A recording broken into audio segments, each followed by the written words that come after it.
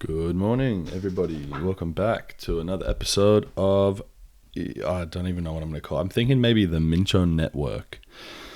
I still don't have a name for what I'm going to upload, but I think today's the day that I'm actually going to start getting everything prepared to upload.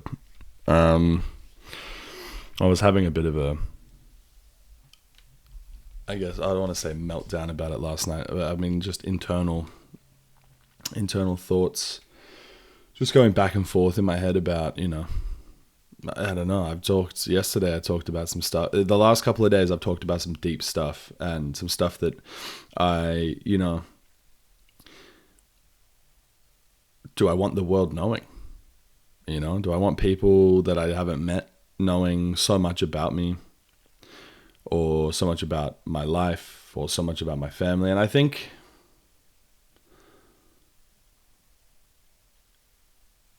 yeah, I mean, why not? Like, I don't know. It's not that serious. It's not that deep. There's so many people on Earth that my story is just, it's another blip on the map, right? Like I'm 27. I got another 60 years, 70 if I'm lucky. If I'm lucky, I make it to 100. I think the way I've been living the first 27 years, if I continue that, I might not make it to fucking 60, but that's all changing. I signed up for a gym yesterday and I'm trying to take strides to be a bit healthier and look after, especially my lung health. I'm asthmatic, so. And I started this today with no topic, nothing to think about. I was just reading some excerpts from Marcus Aurelius' Meditations. I do think it's interesting. I bought a book last year, and it's called The Tao of Leadership, Tao, The Tao of Leadership by John Hyder. And I bought it because I work in leadership, or I strive to work in leadership. And basically it's from a book called Tao Te Ching, which is by Lao Tzu. I'm not sure what year it was, but it was, ancient Asian, ancient Chinese, I think it was Chinese, maybe Japanese. And it just has these little, proverbs, again, meditations on different things about leadership. And it's interesting to me because Marcus Aurelius was, the ruler of Rome. He was the emperor of Rome later in his life, and I don't remember the time frame at all, so I'm going to butcher that, but I'm pretty sure he didn't become the emperor till he was 40, and I'm pretty sure he didn't die till he was in his 50s or 60s. So he was the emperor for quite a while, and he was known as the last of the good emperors because he and I think that is because he meditated every day, and obviously the book's called Meditations, and meditating isn't as simple or isn't as complicated, I guess, or as cutthroat as sitting down and just the absence of thought. It's reflecting more than anything. Meditating is reflecting. It's meditative to sit down and think about who you are and who you want to be and who you have been and what that means to the people around you, and all the little things.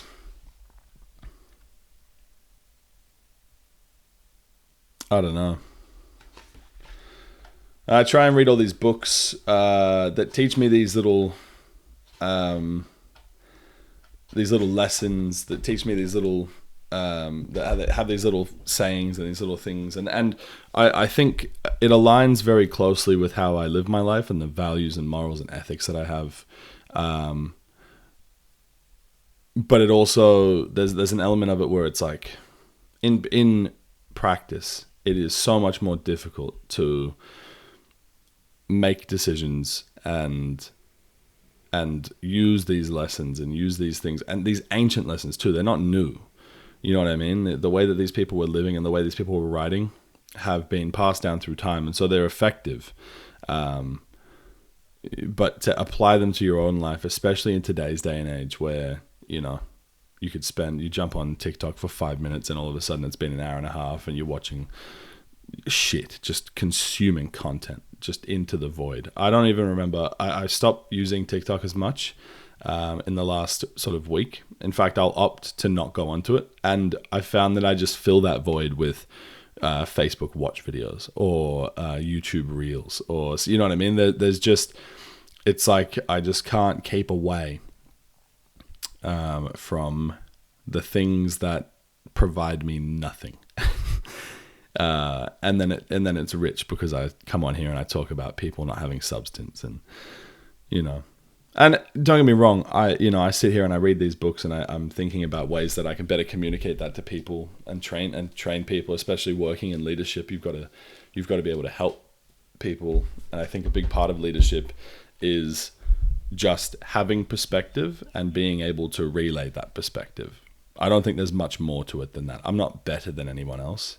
Most of the people that I lead in my job roles are the same. They're cooler than me. Some of them are fucking sick cunts. I have a lot of respect for the people that I lead. The only difference is that I just know how to communicate to a broader spectrum of people, and I have perspective and I guess an empathy that is able to relay directions and relay communications and have everybody feeling good. And I think maybe that's what I'll talk about today. Culture in workplaces. Culture in general, but culture in workplaces. This was one of the things when I was taking on that dual site role that I found, I want to say, most challenging.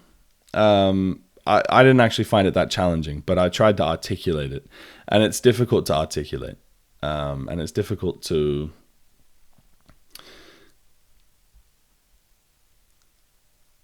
I don't know. If you can say your culture is one thing, but then your actions, your behavior is another thing. So I could sit here and say that I had a great culture, and that the culture of my teams was compassionate and friendly and whatever. But that could just be me, and my teams could all be snarky and bitchy and sneaky.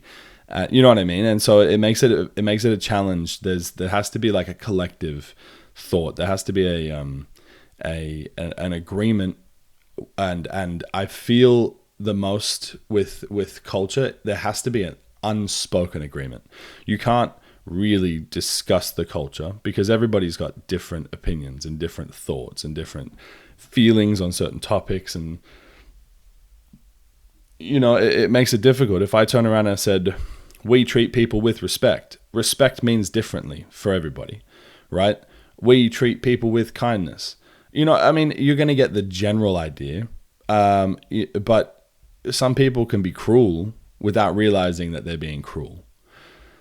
And so it has to be an unspoken agreement. And I think it has to be actions that you take actions on and actions that you praise.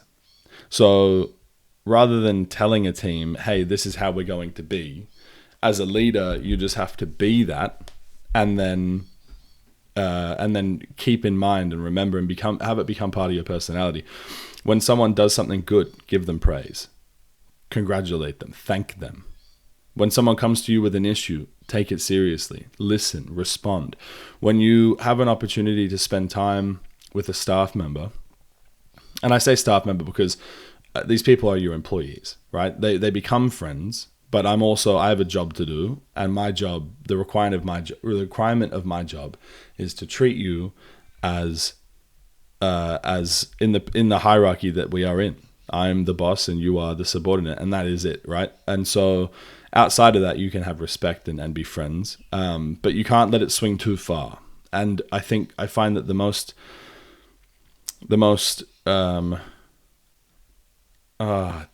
damaging thing you can do as a leader is let the scales tip too far to friendship, because a lot of people will then feel as though they are being treated unfairly because you normally treat them in a certain way. And a good example of that is when Maddie and I started dating, we both worked at Macca's together. And she would complain to me all the time that I treat her differently when we're working together. But she wasn't realizing that she was treating me like I was her boyfriend, and I was treating her like she was a worker. And we still have conversations about it today. We still argue with each other black and blue, but there's like a flirty batting your eyelids, trying to sneak a conversation with me. But I'm here to do a job. I've been hired to do a job. And so I'm trying to do that job, and I can't treat you any differently. So when you act like that, you wouldn't, if you saw one of the other girls acting like that towards me, you would call that flirty. You would call that creepy or weird or whatever you want to call it, right? So when my girlfriend does it and I treat her just like another casual, there was a sore spot. There was a point of contention, but it's probably my favorite word this year, contention. Anyway, I wrote another note. I think I'm just going to keep going back to my notes. Maybe I'll start writing more notes. Maybe this is meditative for me, this journal. And so I don't really think that much when I leave this space, because I sit here and I let it all out. I just sit and talk to a microphone in front of a fucking wall. I'm looking at just paint on a wall and all the little markings and everything that have been here over the years from past tenants and, us even. And so I'm just going to keep writing my reflections and thoughts. And then as I read things and I see things and I start to think more things, I'll start to engage a little bit more. But we're 13 days in. It's almost been 2 weeks, and I'm surprised I've been able to riff off this much. And like I said, I'm nervous about uploading them because I don't know how it's going to be received, especially by my family, because I talk about them. But at the same time, I'm talking about my life and my experiences as a human being, as a male in his 20s. In the 20s, the 2020s. So anyway, this is called On Facilitating Culture Growth. Stop trying to force culture to happen. It simply won't. The more you push for a certain outcome, the more certain it is to backfire. This is because an opportunity for true growth becomes an obligation to be. And when an opportunity becomes an obligation, the outcome is already decided. Think of fungi.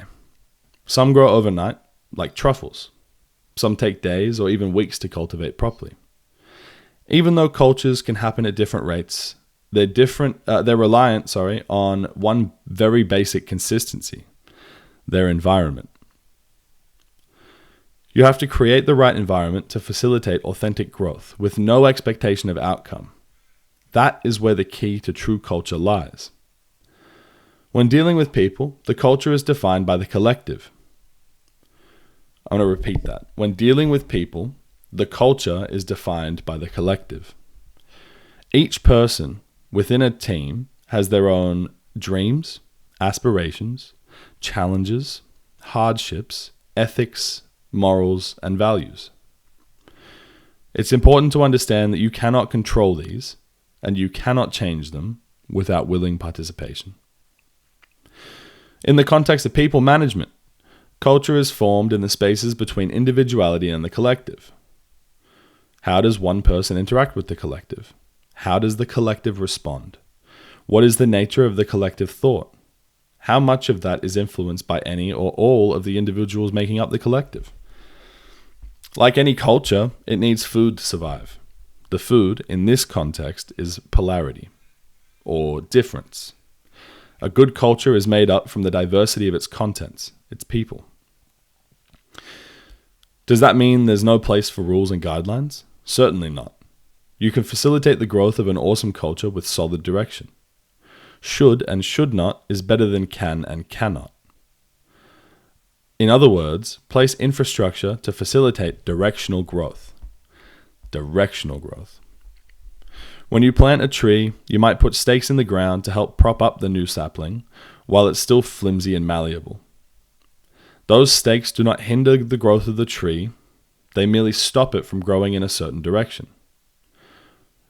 The tree, once roots take place and it begins to absorb nutrients from the soil, it will be able to grow as tall as it wants. This growth is facilitated by the stakes. Had they not been there, the sapling may have fallen or grown on an angle that could later be catastrophic. Be the stakes, form the guidelines. And I think that message was sort of, I wrote that, it was to me, right? The whole point of it is, as a leader, your responsibility is to show the team, the collective, what the values, the morals, the ethics of your team is. What will be tolerated, what will not be tolerated. And you have to do that at an individual level so that the collective understands it. Because if someone comes in, I always use this as an example. You know, when you have a fish tank and you've got existing fish in the fish tank, and then you buy a new fish and you're about to put them in. Do you just throw the fish into the water? Of course not, because that fish is going to fucking die. It's not acclimated, right? You don't have there's no temperature, it doesn't know that water. That water is going to kill it. That environment is going to make it suffer. And so you put the bag in the water and you let the temperature match the water in the bag. And then you let the other fish come up and have a look at the fish in the bag. So it's like a little aquarium inside an aquarium. It's kind of interesting. And then slowly but surely you start to allow the water from the tank into the bag. And you start to get the fish acclimated to that. And slowly but surely you start to seep a little bit more in. And then all of a sudden the bag is being tipped and the fish can swim out. And it doesn't immediately. It tries to figure out what's going on. And then it'll enter the tank. And then it's part of the team. Or part of the team. In this context, obviously, I'm talking about leadership. So when someone comes into the team, or when you come into a team, especially as a leader, if you just rip in straight away and treat it like it's your tank, you're going to have disgruntled employees. You have to come in and you have to assimilate with the team. You have to figure out what the collective thought is. You have to figure out what the collective values are, the morals. And by doing that, you have to have conversations with each person individually. And then it's like a smoke and mirrors almost, where you have to not let them see, you are a reflection of them. And then the smoke comes in. And then when the smoke clears, they are a reflection of you. And so that's why when new management comes in, that's why when businesses have management take over, it becomes super, super rocky. It becomes very difficult for a lot of employees. And the rule is business changes. You either get on board or you get out. And I think that there's something so special, I guess, in understanding that, because it's almost impossible to be a true leader without having some sort of understanding that you don't control. You don't have any control. You only have influence. The control that you have is based on a fucking form or a set of rules that's put to you by the company, right? So let's say you work in retail like I do. The company has expectations. They want to meet KPIs. They want to sell product. And so you have to be the enforcer of those rules and those laws within the business. But anyone can do that. You can hire someone and they can be a boss, right? Leadership is getting the team to have willing participation, having the team want to show up, want to work, have respect for one another, have respect for you. You know what I mean? And I think there's a beauty in that. And it's so beautiful because it's so challenging. Anything worth doing isn't easy, And I think if anyone walks into a business or it claims that it's easy to be a boss, easy to be a leader, I don't think they're doing the job as well as they think they're doing the job. And that might be very critical of me, but working in professional leadership has helped me at least see that there are some people who can talk the talk, but that talk has just been spouted to them and they never really learned anything. They just repeat what they've been. They're just a message board that repeats what has been said to them. Anyway, 20 minutes is up. You guys enjoy the rest of your day. And I will catch you on episode 14, 2 weeks tomorrow.